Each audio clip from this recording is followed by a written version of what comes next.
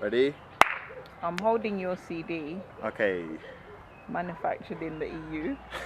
Yes, manufactured in the EU. LS That's my 008. political statement Okay, so on what? there. Not many people are buying CDs these days. Yeah. Why did you decide to do Not that? many people are buying CDs these days. And actually, a friend of mine, who hopefully will listen to this, he was like, I just can't see who would buys CDs these days. And actually, I say a friend of mine, he was in your year at primary school. Okay, We won't, I know who it was. you know who it is. We know who it is. And he has a point. He has a point. How Okay. many people buy CDs? But for me, especially coming, okay, so lots of people, they just stream stuff. But for me, coming here, we're in Kampala, we're in Uganda, people don't really stream stuff that much. So if I've got They music and I want download people, them. they do download, yeah, they download it and actually send it on download it, WhatsApp yeah. and this and that and the other. But people don't stream so much, even though there's 4G and the like. But then a lot of people in their cars, even in the UK, they still listen to a CD. You know, you still got a CD. So if you haven't got the internet connection or whatever, you can still listen to the music. And in fact, I ship all my CDs here just so I can listen to them on the on the hi-fi. And then other out here. people listen to them. Yeah, other people can share the wealth. Other When people you're not. can listen to my CDs when I'm not here. Good. But for me, it was a thing where my first EP, I didn't produce a hard copy of it. But then this one, it was just because the artwork, because Kat Hassan, my art director, made amazing artwork, and I just wanted to show it as something for me, just as a piece of art, to say, look, this is something I put together. I put a lot of time and effort into it. I wanted a physical thing that if I could show somebody, I say, look, this is the CD, this is the artwork, here are the lyrics, look at the lyrics. I loved here are the musicians that played on it, so everyone can see these are the studios I recorded it in, because a lot of effort went into it. For it to just be in the ether somewhere, I just think that's a waste of, just a bit of memorabilia as well. But I think a lot of work went into it. So in the same way, like if you go like big tour concerts in the past, you got the program, you got the tour program that you can look at and you can be like, oh wow, look, this is what the tour looked like. It's physical. You know, if the internet goes down, then where's all your music? That's the point. What happens when the circuit breaks? Yeah, you I've need got to have some a noise. backup. Noise. It was like circuit break, circuit shake, no sand. Oh. Which No I won't sand. go into. Yeah. Okay, fine It's then. convoluted. But yeah, you've got the CD here. Let's hand it over, Is it just so I closing can insert. properly? Well, that's you messed it up. But yeah, I put in a lot of effort into. It's fun. So- it's fun. Do you know what I mean? It's So fun. what- It's as what simple as other- that. It's just what so. other products? It's just so nice. Just because if you look at, it was great to work with Kat. She liked the song. The artwork for like every song was done with Kat, and I explained it, and it was just fun, and it's just nice where you can look at people can actually see what's going on, because I'm a lyric person. I love lyrics, just as a fan of rap, so it's quite nice. That's why I wanted to put it in here, so people can see the effort that was taken. You know, And it they wasn't can a 5 sing minute. along. It wasn't. They can sing along if they want. It wasn't like a Okay. 5. Yeah, it wasn't like a 5-second thing. Also here from the video, the eyes, and then also Anya and Dasha, videographers on Crazy Deluded, to put the picture in here. So for this EP, I made 3 videos for it. And the last one with Anya and Dasha went to Sweden. They shot it, directed, and produced it and stuff. And that's why I put that still frame, just because their eye is incredible, and they're just brilliant. They did the Mozart's House video, without which I probably wouldn't be doing music, just because it gave a lot of exposure to Clean Bandit and myself, and it was because of them, and they're just fantastic people. But it's that sort of thing where if people haven't seen the video and they've got the CD, they can look and see your frame, and then maybe that might lead them on to something else, you know. And Kat's artwork, it deserves to like be on something physical, and not just like on a web page that 10 people clicked on. You know, it's like you want to create some sort of artistic thing which one person, I can give it to you and go, oh look, this is what I do, I make music, here you go. Yeah. And then people like you can then figure out there's an exclamation mark. Yeah. Undertitled. They can And actually then bother to see. then they become intrigued. Yeah. It's like, what are you doing? And I'm then- genuinely, I'm like, what are you, If you as you tell can see, them I'm about doing the this 'cause website, they might not go on the website. But then they if might they not go on see the the website. physical product and then Yeah. they read the sleeve, Yeah, you know, and we just, you know, it's something which is, when you do something, it takes effort to you know, to say, okay, look, you're gonna make, if you're gonna go to the effort to make something in a hard copy, it's probably because you've taken the time and you're willing to invest as the creator of the art. If I just fling something out on SoundCloud or whatever, I could do it in 10 seconds and it wouldn't make a difference, you know. Whereas But I'm not gonna here- make a 10-second piece of Yeah. nonsense and burn it on CD and then Yeah. do all these artwork and then this and that and the other, go to different people that I collaborate with and to do all of that. So what do you think would be how different do you think the reaction would be or response if you were sitting on a plane and then you told somebody that you love Ssega and you explained to them what you do, as opposed to you talking to them about it and then handing them the CD? So if I was on a plane and then if I was on a plane and then I spoke to somebody and then they were saying, okay, what do you do? And I just explained it, as opposed to what do you do and here's a CD. What would be the difference? I just like I guess firstly, knowing me, I wouldn't really do that. But let's say hypothetic, just If they ask But for if the they- CD, not after 1 minute, I'll here's tell my you what CD. it is. I'll tell you the difference. I think the difference is when you look at a brand like, let's say, Hugo Burberry. Boss, Oh. or Burberry, Hugo Boss.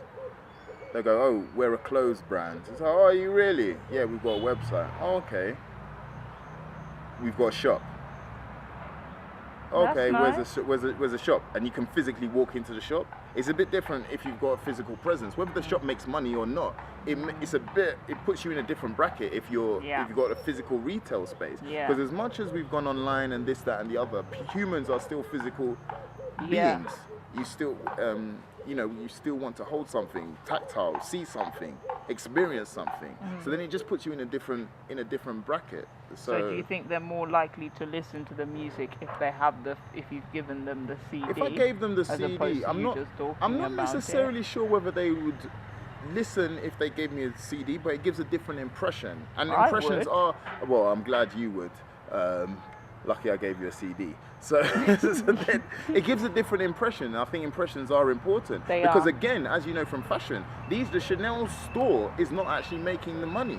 But why do they keep it? Why have they had retail stores in different cities, in different countries? Because it's an impression. It shows that you're serious as a brand, an entity, a musician, an actor or whatever, to say, look, let me provide something should people actually want to, enjoy it in that capacity. And it's important. So for me, it's just like it's creating something which I know we can put next to Mama's Lionel Richie CD. So it's just so bizarre if you think, you've made something yourself, a little piece of art, and you can put it next to like another CD of Queen or pop CD, and it's still the same size, the same shape, and it's sitting there on the same desk. And someone could, by accident, instead of picking up their ABBA greatest hits, picks up this My ABBA CD. greatest hits, though they are great. Then picks this up. It's that sort of thing where it's like it puts you in a different bracket. In the same way, if you have your little boutique shop, it then puts you next to a boutique shop. Well, it might be a boutique. Then it puts you next to like a chain, like let's say a Uniqlo, which might be a global chain with like thousands and thousands of shops. It puts you in a different thing, and just as personal improvement and expansion, it just puts you in a different category. Yeah. And just as a piece of art, it's sort of like, oh, cool, I made it, I've done it. I've done something. It's cool. I did it. Yeah. Hey, you run out of questions? No, Come on. I'm just letting you go with the flow. Oh, thank you.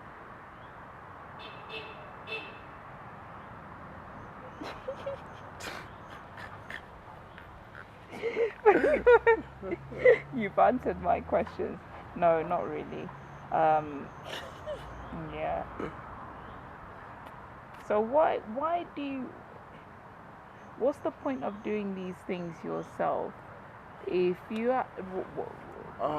What's the point of doing these things myself? Why have As you chosen the DIY route? Why have I Apart chose? from the pleasure of having me Do you getting know what's involved. so funny? Do you know of having you? Sorry, I well, retract that statement. That makes it sound as if I've done a lot. No. You've done your bit reluctantly. It took you were the out of every single person that I've worked with at any level. You've been the hardest to convince to get involved. But I'm so glad because you have your standards and you're like, I'm not gonna make shirts for any old body. You know, so then when you finally started making my shirts, I felt, yeah, finally she's let me in. Like Nelly, isn't it? Let me in now. Which one? Let me in now. Bill Gates, Donald Trump, let me in now. Yeah.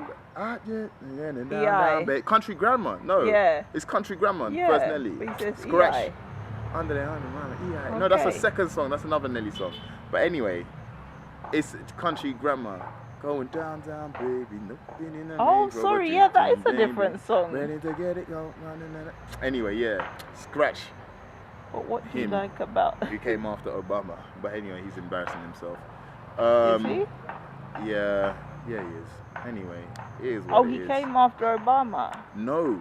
Bill Gates, Donald Trump, let me in now. Because he was just talking about, you know, as in rich people let me in. Yeah. And Donald Trump was. Oh dear. Well. That's him. Yeah, the DIY thing. Oh yeah, no, but it's good. So finally, when you were like, okay, I'll make your shirts. Then I felt, oh cool, finally she thinks it's worthwhile, which is good. But you've got your standards, you know.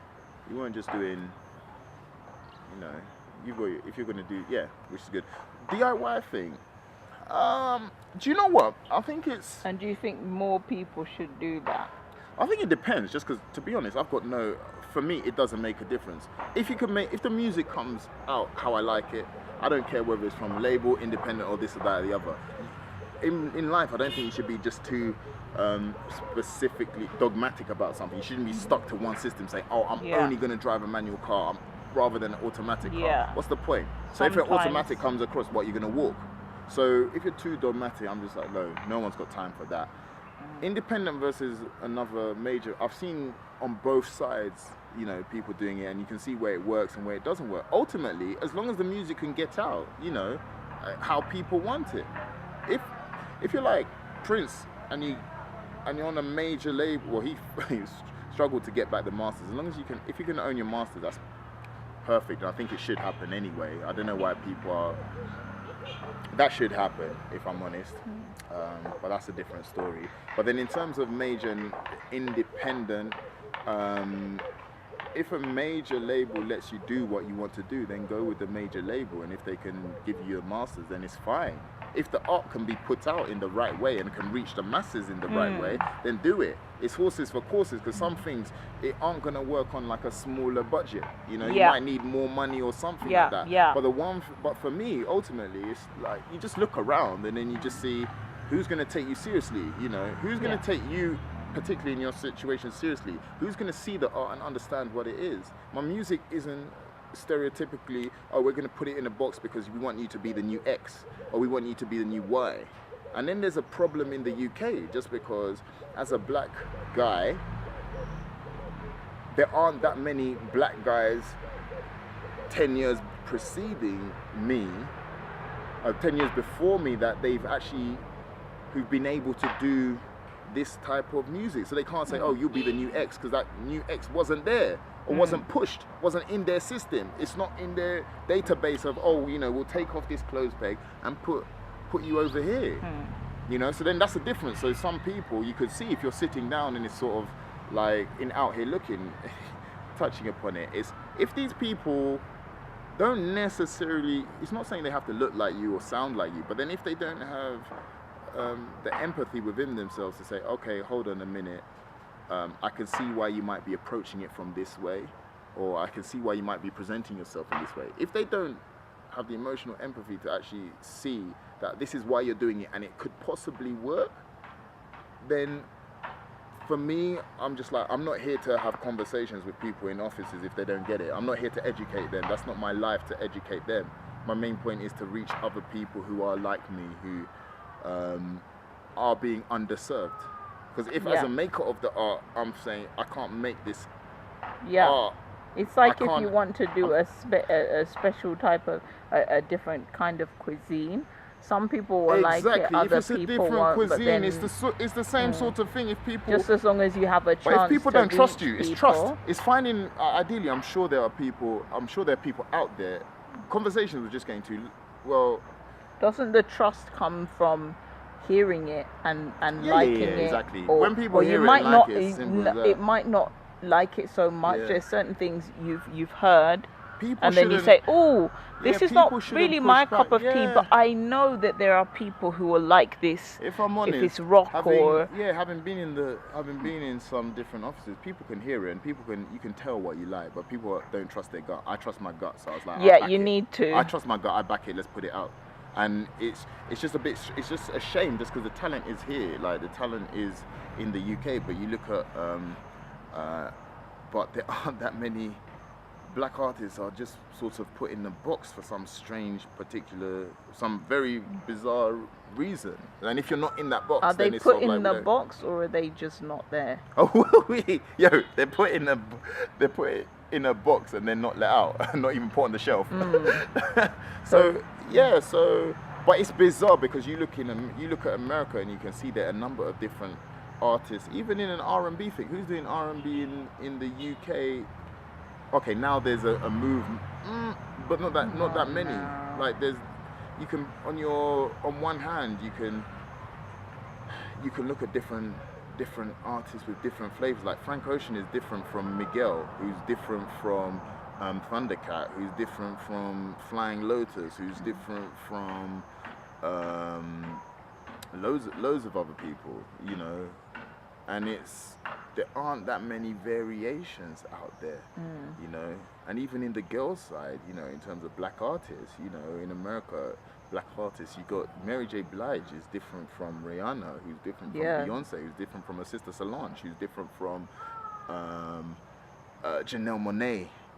You know, who's different from before we even get onto like Erykah Badu, before we even do you know what I mean? I tell you, but oh my gosh, she's not in that category. So before you even get over there, but then over here we can't even muster. We've got Estelle was a star and she had to go to America to become a star. They were arguing with her after 1980. And then she was like, okay, do you know what? I don't need that conversation. Let me go over to America and then get it cracking. And now she works with everybody. Then she's getting cracking. Our stars here, Leanne La Havas, Lauren Vula and stuff.